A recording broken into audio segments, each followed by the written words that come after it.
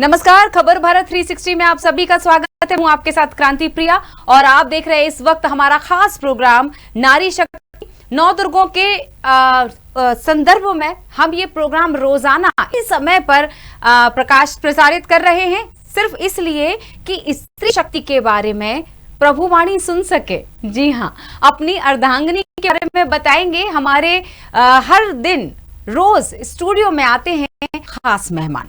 सबसे पहले तो चर्चा हो जाए नवरात्रि के चौथे दिन की, जो कि मां दुर्गा के चतुर्थ स्वरूप मां कुष्मांडा की आराधना इस दिन की जाती है। शास्त्रानुसार मां कुष्मांडा ने ही अपनी मंद मुस्कान से इस ब्रह्मांड की रचना की थी और इससे पहले चारों तरफ अंधेरा ही व्याप्त था। मां कुष्मांडा का स्वरूप सूर्य के समान कांतिमान और बहुत तेजस्वी है, यानी स्त्री शक्ति का तेजस्वी होना स्वाभाविक है। और अब बात आज की नारी शक्ति पर। कहा गया कि हर देश के दो पंख होते हैं, एक स्त्री और एक पुरुष। देश की उन्नति एक पंख से उड़ान भरने पर नहीं हो सकती। सच है, आज का युग ऐसा युग है जिसमें महिलाओं को संविधान में कई अधिकार दिए गए हैं। महिलाएं इस विकासशील भारत को विकसित बनाने के लिए अपना योगदान देती हैं, लेकिन फिर भी उन्हें कई बार अलग अलग रूपों में प्रताड़ित किया जाता है। खबरें सुनने मिलती हैं और उनके अधिकारों का हनन भी होता है। आज हमारे साथ दरअसल इन्हीं मुद्दों से जुड़े हुए हमारे साथ खबर भारत के स्टूडियो में नारी शक्ति पर बात के लिए मौजूद हैं अधिवक्ता यानी लॉयर आकाश तेलंग साहब, जो 23 सालों से ज्यादा समय से इस क्षेत्र से जुड़कर लोगों को न्याय दिला रहे हैं। Bhopal bar association elected member रहे हैं। 23 सालों से अधिवक्ता आकाश तेलंग भोपाल के मध्य प्रदेश हाई कोर्ट में है। भारत के कई कोर्ट में जाते हैं, पैरवी करते हैं। आकाश जी के बारे में ये बताना भी जरूरी है कि वो बी हाई ग्रेड आर्टिस्ट रहे हैं, ऑल इंडिया में जाने माने थिएटर आर्टिस्ट भी है और पत्रकारिता में भी हाथ आजमा चुके हैं। संपादकीय पृष्ठ में कई बार इनके लेख प्रकाशित हुए। तो चलिए देर नहीं करते, स्वागत करें और बातों का सिलसिला शुरू करते हैं। बहुत बहुत स्वागत है सर खबर भारत 360 में। और नारी शक्ति पर बात करने के लिए ये बता देते हैं दर्शकों को, आपकी नारी शक्ति जितना मैं जानती हूँ अपर्णा जी हैं। जी है तो वो गृहिणी, होम मेकर। अब तो हाउस वाइफ बोलना मुझे ऐसा लगता है कि गलत है, बिल्कुल होम मेकर, क्योंकि घर बनाने का काम तो गृहिणी ही करती है। क्या कहेंगे सबसे पहले अगर मैं कहूं अपर्णा, तो इस शब्द के साथ आपके जहन में क्या आता है? देखिए, नवरात्रि का पर्व है और माँ दुर्गा के रूपों में एक रूप अपर्णा का भी है, जो गौरी का नाम है। महादेव की पत्नी पार्वती देवी, उनको अपर्णा के नाम से भी जाना जाता है। वाह। तो और एक राज की बात मैं बताता हूँ जो शायद मैंने कभी कहीं नहीं बताई जी। हालांकि मैं इसके पक्ष में नहीं हूँ, और लेकिन एक परंपरा है जो सदियों से चली आ रही है कि पत्नी का नाम विवाह के पश्चात बदला जाता है। हाँ। तो वो सिर्फ उस परंपरा के लिए एक नाम रखा गया, उसके बाद मैंने उसका नाम कभी नहीं बदला, हमसे उसको बुलाया नहीं। लेकिन उसका विवाह के पश्चात जो मैंने पहली बार उसको नाम दिया वो गौरी था। क्या बात है, मतलब अपर्णा शायद डॉक्यूमेंटेशन में उनका नाम हो सकता है, लेकिन स्नेह में, प्यार में और समर्पण में उन्हें गौरी बुलाते हैं। नहीं, आज भी मैं उसी नाम से बुलाता हूँ जो उसके पिता ने उसको अपर्णा। यानी कि अब थोड़ा सा सिर्फ एक परंपरा थी जो विवाह निभाई जाती है। हाँ। लेकिन मैं उस पक्ष में नहीं हूँ। हाँ। क्योंकि जो बचपन से अपने नाम को, जो लड़की बचपन से अपने नाम को कैरी करती चली आ रही है, आज हम विवाह के बाद उस पहचान को छीन लें, वो ठीक नहीं है। आपने वो झलक दे ही दी कि कोर्ट में क्या होता होगा जब महिला अधिकारों के लिए आप लड़ते होंगे, पैरवी करते होंगे, तो किस तरह के तर्क जज साहब के सामने आते होंगे, ये इसका अंदाजा मैं छोटी सी झलक से लगा ही लिया है।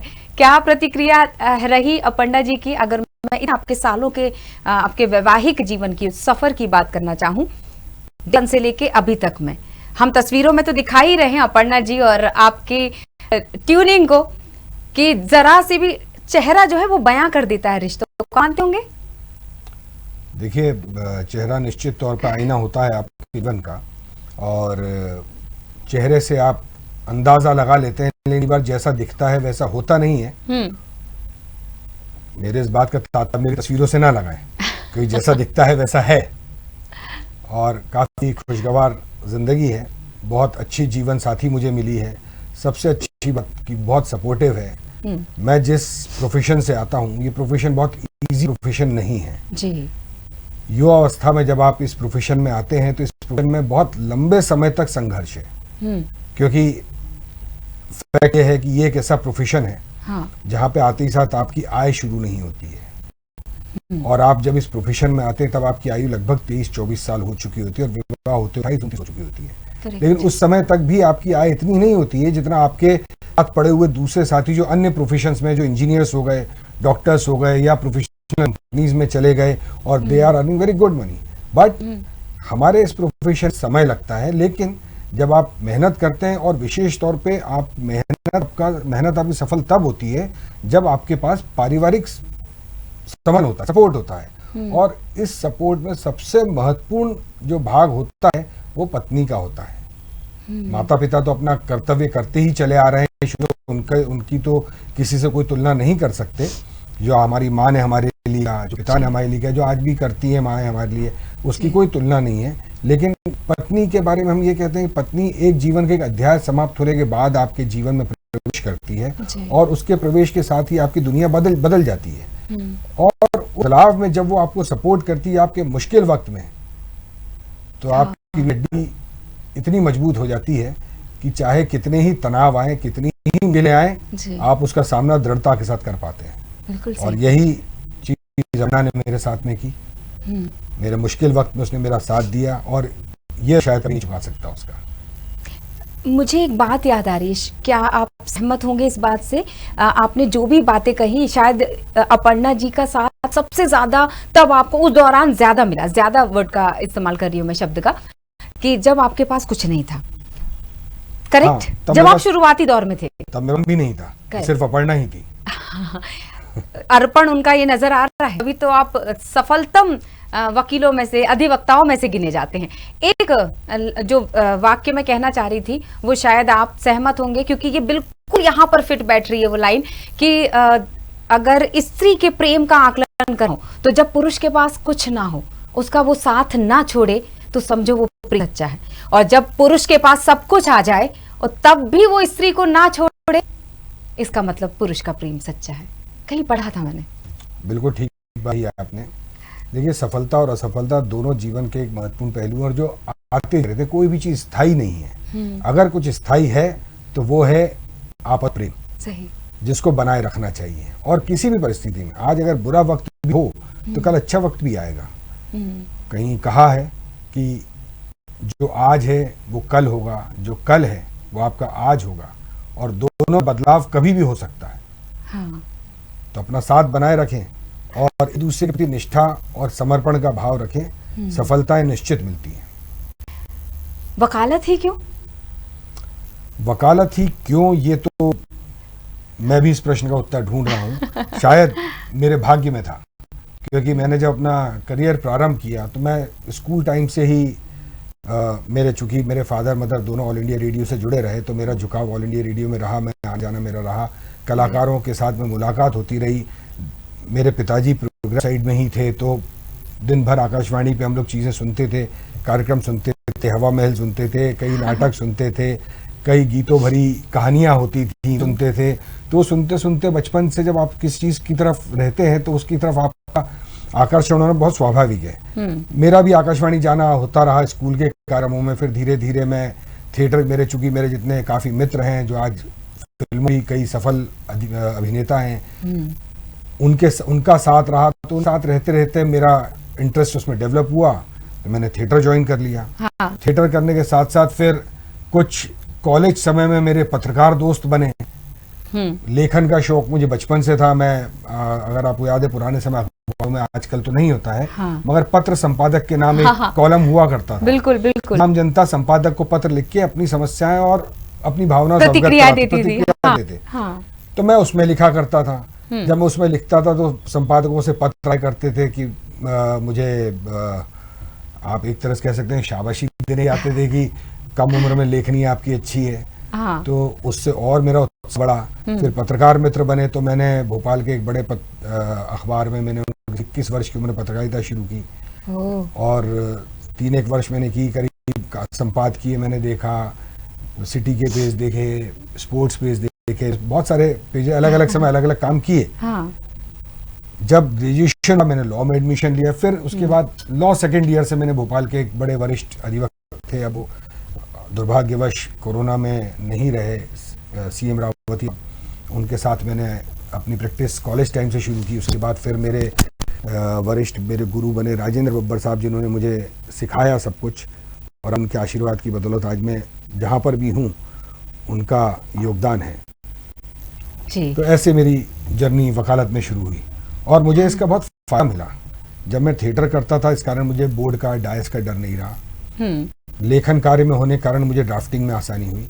तो मैं सभी लोगों से, सभी बच्चे जो इस फील्ड में आना चाहते हैं, और विशेष तौर पर आज के समय में लड़कियां बहुत फील्ड की तरफ आकृष्ट हो रही हैं, तो चूंकि कार्यक्रम हमारा नारी शक्ति पे है, तो मैं उन्हीं के लिए बताना चाहूंगा कि ये एक ऐसा प्रोफेशन है जिसमें आप चिकित्सा की भी पढ़ाई करते हैं, इंजीनियरिंग की भी पढ़ाई करते हैं, आप जिस फील्ड के बारे में बात करें उस फील्ड के बारे में पढ़ाई करते हैं। इस फील्ड में पढ़ाई के अलावा और कुछ नहीं है कि जब हम मेडिकल नेग्लिजेंस के मुकदमे लड़ते हैं तो हमको मेडिकल बुक्स रेफर करनी होती हैं। हाँ। जब हम कभी आर्बिट्रेशन ट्रिब्यूनल्स में जाते हैं तो वहाँ हम सिविल इंजीनियरिंग भी पढ़ते हैं कि ब्रिज कैसे बनना चाहिए था, सड़क बननी कैसी थी, कैसी बनाई गई। हाँ। और उस पर हम इंजीनियर्स को ये सिखा देते हैं कि बेसिकली आपने सड़क गलत बनाई थी उसको। तो ये एक ऐसा प्रोफेशन है, मेरा ऐसा कहना है कि वकालत अय्यारी का काम।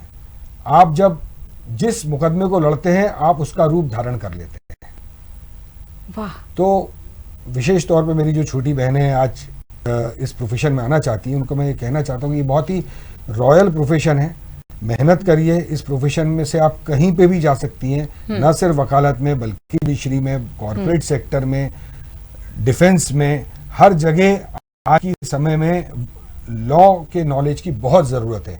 और बिना विधिक ज्ञान ना तो कंपनी चल सकती है, ना ही जनजीवन चल सकता है। बिल्कुल। तो आपको अपने अधिकारों के बारे में भी जानना हो तो कानून को पढ़िए, और वरना 498 धारा का इस्तेमाल ही नहीं कर पाएंगी कभी, और पता ही नहीं चलेगा। नहीं बात कि 498A का इस्तेमाल कीजिए, ऐसी नौबत नहीं, लेकिन जानकारी सब होना चाहिए। और मेरा एक विशेष अनुग्रह है सभी मेरी बहनों से कि अपने अधिकारों का उपयोग करें, दुरुपयोग ना करें, क्योंकि कानूनी प्रक्रियाएं इतनी लंबी होती हैं कि आप उस मुकदमों को लड़ते थे आपको लगेगा इससे तो गृहस्थ जीवन ज्यादा अच्छा था। पति से लड़ना ज्यादा आसान है क्योंकि उसे प्रेम भी मिलता है घर की लड़ाई में। कानून की लड़ाई में सिर्फ लड़ाई मिलती है। कोशिश करें कि हमारी आवश्यकता ना पड़े। वाह।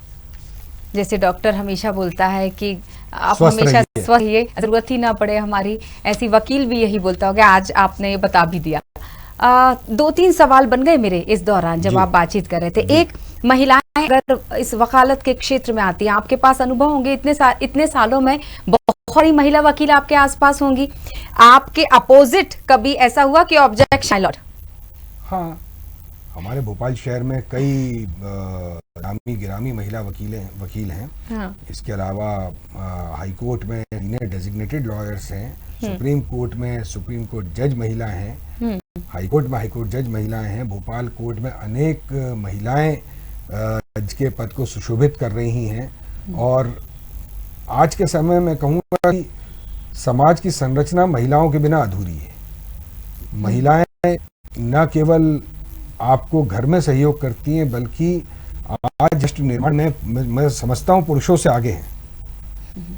तो आज के समय महिलाओं का जो योगदान है वो न केवल घर में है बल्कि हर जगह है। और सबसे अच्छी बात ये देखिए, आज भी मेरे साथ में बातचीत करने को मिला ही है।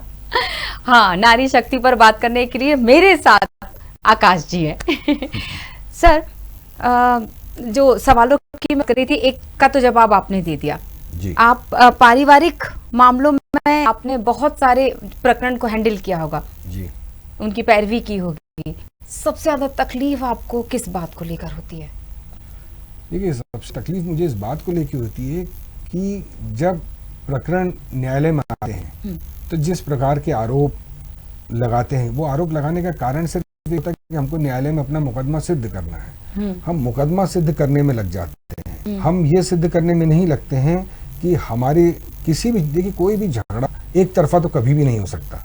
और ऐसा नहीं हो सकता कि किसी एक व्यक्ति की ही या तो नारी ही गलत होगी या पुरुष ही गलत होगा, ऐसा कभी नहीं होता। और शुरुआत कभी भी किसी बहुत बड़े मुद्दे को लेकर नहीं होती है, बहुत छोटे मुद्दे को लेकर होती है। और जब हम प्रकरण को न्यायालय में ले आते हैं तो वो छोटा मुद्दा कहीं बहुत पीछे जाता है और बनावटी चीजें ज्यादा आ जाती हैं। ऐसी स्थिति में ईगो भी आता है फिर लोगों का सामने कि अब हम न्यायालय में खड़े हो गए हैं, अब तुम न्यायालय में ले आए हो, तब आप नहीं रह सकते। तो मेरा सबसे निवेदन है, मैं सबसे निवेदन करना चाहता हूँ, इस तरह के देखिए कानूनी पहलू एक अलग चीज है, लेकिन अपने पारिवारिक जीवन के आपके साथ अगर आप सिर्फ दो लोग नहीं होते हैं, विवाह केवल दो लोगों का नहीं होता है, विवाह दो परिवारों का होता है, पूरे समाज का एक मिलन होता है और आप दोनों के ऊपर सबकी निगाहें रहती हैं। और विश्वास करिए समाज में जितने भी लोग हैं, जब आप झगड़ते हैं तो वो सिर्फ बातें करते हैं, मदद कोई नहीं करता और कर भी नहीं सकता। मदद आप लोगों को ही एक दूसरे की करनी है। तो विशेष तौर पे महिलाएं, मैं महिलाओं को कहना चाहता हूं क्योंकि वो न सिर्फ आदि शक्ति है, वो उनका हृदय इतना बड़ा होता है तभी वो पूरा देखिए घर कभी पुरुष नहीं बनाता। आप कह सकते हैं कि मैं वकालत कर रहा हूँ, वकालत में थोड़ी बहुत मुझे सफलता भी मिली है, सब कुछ है, सब कहूँ, लेकिन घर मैं नहीं बना रहा हूँ। मैं तो सवेरे अपने कार्यालय निकल जाता हूँ, रात को देर से घर पहुँचता हूँ, मैं तो सिर्फ घर सोने जाता हूँ। घर मेरा मेरी पत्नी बनाई है, जैसा भी है जितना भी बनाया सब उसका किया हुआ है। अगर मैं ये कहूँ आज वो हाउसवाइफ है तो ये कहना गलत होगा। कार्य केवल दफ्तर में करना नहीं होता है। और सबसे बड़ी बात यह है कि पत्नी को कोई रेमुनेशन नहीं होता है, लेकिन सब कुछ पत्नी का ही होता है। क्या बात है। और कानून भी ये कहता है कि जो कुछ घर है, घर में जो कुछ है वो इसी धन है, क्योंकि स्त्री ही उसको बना रही है। मैं सिर्फ द्रव्य रूप में पैसा दे रहा हूं, लेकिन उस पैसे का कहाँ उपयोग करना है, कैसे उपयोग करना है, घर में एक एक चीज, छोटी से छोटी, बड़ी से बड़ी चीज, हर एक चीज की पसंद नापसंद सब वो करती है, वो बनाती है, वो सजाती है। लोग आके जब आपके घर को कहते हैं कि बहुत खूबसूरत घर बनाया है, तो आप अपनी पत्नी की तरफ देखिए कि घर उसने बनाया। कितनी खूबसूरत बात। वाकई जब घर बहुत सुंदर बनता है तारीफ करते हैं, भाई आपने बहुत सुंदर एक्सटीरियर किया है, बहुत सुंदर इंटीरियर किया है, कितना खूबसूरत घर तैयार किया है। तो अपनी पत्नी की तरफ देखिए, क्योंकि आखिर मकान घर बनाने वाली तो वही है। अक्सर ऐसा होता है पुरुषों के, मैं आपसे उसका जवाब लेती हूँ, शायद सभी दर्शक जो इस वक्त कार्यक्रम को देख रहे होंगे उनके मन में भी यह हल होगी। हर पुरुष विवाह के बाद अपनी अर्धांगिनी में माँ वाला स्वरूप देखने लगता है। ठीक उसी तरह जैसे महिला के पॉइंट ऑफ व्यू ये बात कहूंगी कि महिला भी सोचती है कि मेरे पिता जैसा कोई जीवन साथी हो, जैसे पिता मेरे ध्यान रखते थे, जैसे पिता मेरी छोटी छोटी बातों के लिए मुझे सहयोग करते थे। तो क्या ऐसा आपके साथ हुआ? क्योंकि आपको अपनी माँ का भी बहुत सही मिला, वो एक पहली स्त्री शक्ति आपकी, और दूसरी आपकी अर्धांगिनी अपर्णा जी। देखिए मैं एक और बात शेयर करता हूँ आपके साथ। हाँ। जब मैं इस प्रोफेशन में आया तो मेरे ऊपर ऐसा कोई लाइबिलिटीज थी नहीं। मेरे माता पिता अच्छी नौकरी में थे, छोटा भाई मेरा वो एक आज बड़े पद पर है, वो भी सफल है अपने जीवन में। मेरे ऊपर कोई लाइबिलिटी थी नहीं। मैं चाहता या मेरे माता पिता चाहते तो वो मेरे संघर्षों में भी मुझे ना सहारा दे देते कि बेटा चिंता मत करो, हम हैं। वो थे, वो हमेशा रहे हैं वो। लेकिन मेरी माँ ने मुझे 25वें जन्मदिन मुझे तोहफा दिया। वो ये दिया कि बेटा आज के बाद अपने सारे खर्चे तुम्हें खुद उठाना है। उस समय जरूर मुझे ऐसा लगा कि बताओ मैं आज खर्च कर रहा हूँ और मेरी माँ ने मुझसे ऐसा कहा। हाँ। लेकिन आज मुझे समझ में आता है कि अगर उन्होंने नहीं कहा होता, हाँ, तो शायद मैं मजबूती से उस जमीन पे नहीं खड़ा होता जिस पे मैं खड़ा हुआ हूँ। क्योंकि स्वावलंबी बनाना वो भी माँ ने ही बताया कि आप अपने पैरों पे कैसे खड़े हो। जीवन में हर एक सीख जो आपको, या कभी कोई डांट या ऐसी कोई बात जो आपको लगता है उन्हें कि वो कड़वी है, अंततः वो आपके जीवन में दवा का काम करती है और वो आपको उस मुकाम पे पहुंचाती है जहां पर आप पहुंचने के ख्वाब देखते हैं। तो इसीलिए मैं, और जहां तक पत्नी के संबंध में आपने कहा, तो देखिए मैंने जैसा कहा कि पत्नी तो आपकी रीढ़ की हड्डी होती ही, और हर सफल पुरुष के पीछे एक महिला का हाथ होता है। ऐसी कहावत क्यों बनी है? हाँ। सिर्फ कहने के लिए नहीं है, इसीलिए क्योंकि उसके त्याग होते हैं। आप सिर्फ मेहनत करते हैं, लेकिन जब आप घर पहुंचते हैं और वो मुस्कुरा के आपको देखती है, आपका स्वागत करती है या आपके लिए खाना लगाती है, खाना देती है, और उस समय आपकी सारी थकान जो होती है दिन भर की उतर जाती है। आप घर पहुंचते तो आपको घर साफ सुथरा मिलता है, जब आप घर पहुंचते तो आपके बच्चे आपको मुस्कुराते हुए मिलते हैं। आपको तनाव रहित जीवन देने का काम आपकी गृहिणी करती है, आपकी पत्नी करती है जी। अगर कोई भी व्यक्ति तनाव में रहेगा तो वो कभी सफल नहीं हो सकता। तो तनाव दूर करने का आपकी पत्नी जो घर पे बैठ के आपका घर संभाल रही है वह कर रही है, इसीलिए आपकी सफलता में सारा योगदान जो है वो आपकी पत्नी का है। और ये सिर्फ कहने की बातें नहीं, इस वक्त जो कार्यक्रम को देख रहे होंगे साथी, वो इसलिए यहाँ पर आमंत्रित किया रहा उन सभी लोगों को कि वो अपनी स्त्री शक्ति के बारे में बात करें, और उस शक्ति को महसूस भी करते हैं, वो शायद इसलिए इतनी बातें कह रहे हैं। तो इस वक्त जो आपको सुन रहे होंगे ना सर, मुझे पूरा यकीन है अगर वो अपनी पत्नी के साथ बैठे होंगे इस वक्त, या फिर जो कार्यक्रम को अकेले देख रहे होंगे, अभी फटाफट उन्होंने मोबाइल उठाकर एक मैसेज कर दिया होगा और लिख दिया थैंक यू। उन सभी बातों के लिए धन्यवाद, जिसकी वजह से वो बहुत खूबसूरत पंक्ति आप भी नोट कर लीजिए अगर देख रहे हो तो, कि तुमसे हम हैं, हमसे सब है, और सब है तो दुनिया है, तुम नहीं तो कुछ भी नहीं। बहुत खूबसूरत मैसेज टाइप करके भेज दीजिए। सर आप जब आपसे बातचीत हो रही थी तो एक छोटी सी जो तकलीफ थी जो आपने शेयर की थी कि महिलाएं आगे तो बढ़ जाती हैं लेकिन बहुत जल्दी पीछे भी दम ले लेती हैं। हर मामले की मैं बात करूंगी, चाहे घर से बाहर निकल के अपने सपनों की जीने की बात हो या फिर अपने अधिकारों की लड़ाई की। देखिए, इसके है ना बहुत सारे पहलू हैं। मैं ये नहीं कहता पीछे हट जाती है, लिए वो इसलिए हट जाती है वो कमज़ोर है, वो कमज़ोर नहीं है। लेकिन ये दुर्भाग्य है कि आज भी एक लड़की जिसका विवाह हो चुका है मान लीजिए, तो निश्चित तौर पे वो 25 वर्ष या इससे अधिक की आयु है, इसके आसपास की आयु है, और वो बालिग है, समझदार है, पढ़ाई लिखाई पूर्ण कर चुकी है या नहीं भी की, उसके पास अपना एक एक्सपीरियंस है लाइफ का। ऐसे में अगर उसके साथ में कभी कोई ऐसी घटना हो जाती है जिस कारण उसका परिवार टूट जाता है और वो उसको ले तक पहुंचना पड़ता है अपने अधिकारों को मांगने के लिए, तो उसका मजबूत साथ देना चाहिए। लेकिन होता क्या है, अक्सर होता है कि कई मेरी क्लाइंट्स मुझसे कहते हैं कि भाई सर हम इस केस में हम आगे नहीं जाना चाहते हैं, परिवार का दबाव है, परिवार नहीं चाहता। वो कहते हैं हम कहाँ लड़ेंगे, हम कैसे लड़ो, तुम महिला हो, लड़ो, कब तक लड़ोगी? तो कब तक लड़ोगी? अधिकार के लिए लड़ाई कब नहीं होती है, तब तक होती है जब तक कि वो मिल नहीं जाता। वाह। और बहुत मजबूत होती है अंदर से महिलाएं। मेरी नानी ने मुझे कहा था कि पुरुषों की पीठ मजबूत होती है, अर्थात हम पीठ पीछे हमारे कुछ अच्छा बुला भरा हो जाता है, भला बुरा हो जाता है, हम बर्दाश्त करते हैं। महिलाओं का सीना मजबूत होता है, महिलाएं सामने से आपदा को झेल लेती हैं, पुरुष नहीं झेल पाता। लोग कहते हैं महिलाएं कमजोर है, मैं कहता हूं पुरुष कमजोर है, महिलाएं बहुत मजबूत हैं।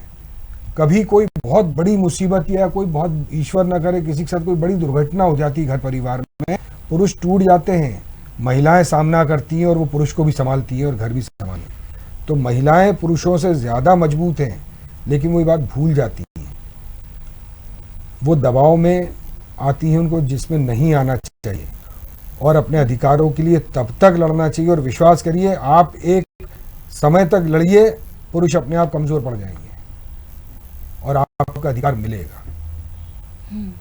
तो लड़ने से डरना नहीं चाहिए, वो आपका अधिकार है, और अधिकार के लिए हमारे यहाँ कई महापुरुष रहे जिन्होंने जीवन भर लड़ाई लड़ी है। बिल्कुल। अपर्णा जी विद्रोही हैं? मैं ऐसा मौका नहीं देता कि वो विद्रोह करे। कोशिश करता हूँ कि जो कुछ जैसा वो चाहती है वैसा कर। हालांकि सारी अपेक्षाएं तो उसकी पूरी नहीं कर पाता। हाँ। और लेकिन उसकी बहुत ज्यादा इच्छाएं हैं भी नहीं मुझसे। वो उसने मुझ पे कभी कोई ऐसा दबाव नहीं डाला, या मुझे ऐसा कभी उसने ये नहीं बताया कि उसे इस चीज की जरूरत है। उसने आज तक कभी मांगा ही नहीं कुछ मुझसे। मैं चाहता मांगे, मगर कभी ऐसा करती नहीं है वो। तो पीछे उसकी अपनी भावनाएं हो सकती हैं कि उसको लगता होगा दिन भर काम करते रहते हैं, शाम को ऑफिस रहता है, उसके बाद भी अब मैं इनसे कोई डिमांड रखूं। आपके मायने में तो मैं बोल सकती हूँ कि शायद बिन मांगे सब चीजें मिल जाती हैं, वो सम्मान भी, क्योंकि स्त्री कभी धन दौलत या गहने जेवरात थोड़ी चाहती है। वो तो बात की बातें शायद मजाक और मस्ती में की जाती हो, लेकिन अगर सच्चे मायने में कहा जाए, बतौर स्त्री इस बात को कहा जाए कि वो सिर्फ सम्मान देती है, वो आप देते हैं। निश्चित तौर पे देखिए, आखिर कुछ भी हो, घर की डोर तो उसी के हाथ में है और हम सब उस डोर से बंधे हुए हैं। वो डोर टूटी, सब बिखर जाएगा। तो ऐसी इसलिए मैं कहना चाहता हूं कि उस डोर को मजबूती से थामे रखिए और डोर को मजबूत बनाने का काम करें। अपने घर की महिला को पूरा सम्मान दें, प्रेम दें। निश्चित तौर पर आपने सही कहा, कोई महिला कभी भी ये नहीं चाहती है कि पति से ज्यादा उसको गहने मिले, पति के साथ से जो गहने चाहिए, ऐसा नहीं होता और वो चाहती भी नहीं है, लेकिन जितना समय हो सके देना चाहिए। यथासंभव अपनी तरफ से उनकी केयर करना चाहिए, कम से कम दिखाना चाहिए आपको कि आप उनकी केयर करते हैं, उनका सम्मान रखते हैं, उनका ख्याल रखते हैं और यथासंभव जब वक्त जरूरत हो, स्वयं समझना चाहिए कि उसकी नीड क्या है। तो घर परिवार खुश रहे। बिल्कुल, और स्त्री खुश तो सब खुश, सब खुश। मतलब अगर लक्ष्मी खुश है तो लक्ष्मी को तो आई है, फिर सरस्वती भी साथ में आ जाएगी। जहाँ बस काली को मत आने दो। जहाँ लक्ष्मी है वही नारायण है। वाह, जहाँ लक्ष्मी है वही नारायण है। नर अगर नारायण है तो नारी में है नारायणी। बिल्कुल।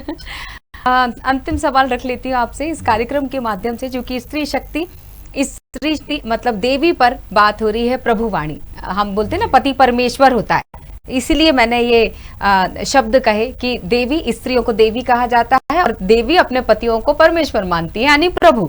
तो प्रभुवाणी क्या कहना चाहेगी? लड़ाई झगड़े हर जगह होते हैं, आप दोनों के बीच में भी होते होंगे, तो एक अच्छे सुखी जीवन के लिए, अपनी स्त्री शक्ति को मजबूत बनाए रखने के लिए, उसे सुखी बनाए रखने के लिए, खुश होने के लिए क्या टिप्स आप देना चाहेंगे हमारे पुरुष दर्शकों को खास से? देखिए, बहुत छोटी सी बात है और ये बात सही है कि जिनके बीच में प्रेम नहीं होगा उनके बीच में झगड़े भी नहीं होंगे। जब आपके दोस्त होते हैं उनसे भी आप झगड़ते हैं, पत्नी भी आपकी मित्र है और पत्नी कई रूपों में रहती है, आपकी मित्र भी रहती है, आवश्यकता पड़ने पर आप बीमार होते तो माँ की तरह देखभाल भी करती है, दोस्तों की तरह आपके साथ चलती भी है। झगड़े होंगे, स्वाभाविक है, लेकिन उस झगड़े के लिए सिर्फ एक ही टिप है जो हम अपने घर में इस्तेमाल करते हैं, रात गई बात गई। हाँ। बीती बातें विचार दे। तो अगर कोई गलती हो भी जाए तो उसको इतना दिल पे लेने की जरूरत नहीं है, भूल जाइए, आगे की तरफ चलिए। बात पकड़ के बैठेंगे तो दुख मिलेंगे। और ये भी सच है कि बात करने से ही बात बनती है। बिल्कुल, बातचीत कभी बंद नहीं होनी चाहिए। हाँ। और यथासंभव देखिए, पत्नी के साथ जाने में कोई तकलीफ नहीं है। अगर आपके झुक जाने से उसको खुशी मिलती है तो ये खुशी बहुत सस्ती है, बहुत आसानी से आप इस खुशी को ले रहे हैं। सही। तो पत्नी को अगर वो इतना सब कुछ करती है आपके लिए, थोड़ा सा अगर हम उन बातों को, उसकी बातों को या उसकी गलतियों को नजरअंदाज भी कर दें तो इसमें हानि नहीं। ये अपने अनुभवों से बता रहे हैं आकाश जी, तो ध्यान रखिएगा। बहुत बहुत शुक्रिया सर जुड़ने के लिए। आकाश तेलंग साहब हमारे साथ थे, अदिता, और ये तमाम बातें कर रहे थे अपने अनुभवों से।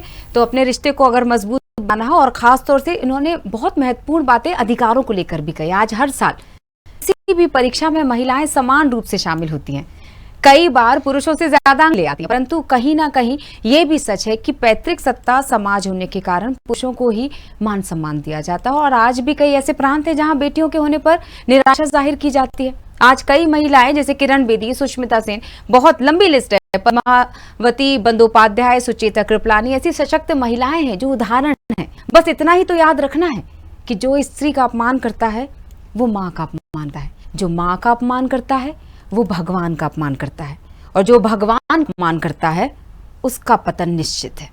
तो चलिए, स्त्री शक्ति के इस अंग में फिलहाल इतना ही। जल्दी मुलाकात होगी। जय माता दी।